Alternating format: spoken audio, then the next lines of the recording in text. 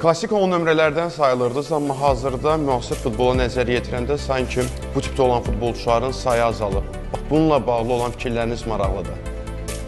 Well, the role of the number 10 player has of course changed a lot. 10 nömrəli oyunçuların rolu zamanla xeyli dəyişib. Mən Maradona və Platini dövrünə daha yaxın idim. Sonra isə mənim dövrümdə Roberto Baggio və Francesco Totti bu mövqedə oynadılar.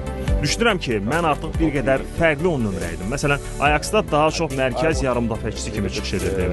Deniz Beckham mənim dövrümdə 10 nömrə idi, lakin o ikinci hücumçuya daha yaxın tərzdə oynayırdı. Mən isə biraz fərqli idim. Əsas 10 nömrəli oyunçular həmişə texniki baxımdan güclü və oyun görüşü yüksək olan futbolçular oldular. Düzdür, bu xüsusiyyətlər bu gün də dəyişməyib.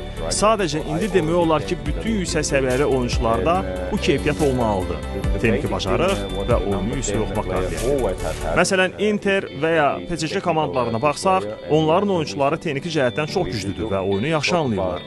Amma ünlükdə futbol çox dəyişib. İndi oyunçular həm fiziki, həm texniki, həm də taktiki baxımdan daha hazırlıqlı olmalıdır. Bir vaxtlar klassik 10 nömrəli oyunçu meydanda əsas fiqur olurdu, digərləri isə onu tamamlayırdı.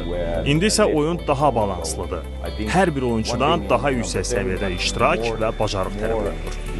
The modern football has changed generally that the position and the skill on the ball has grown.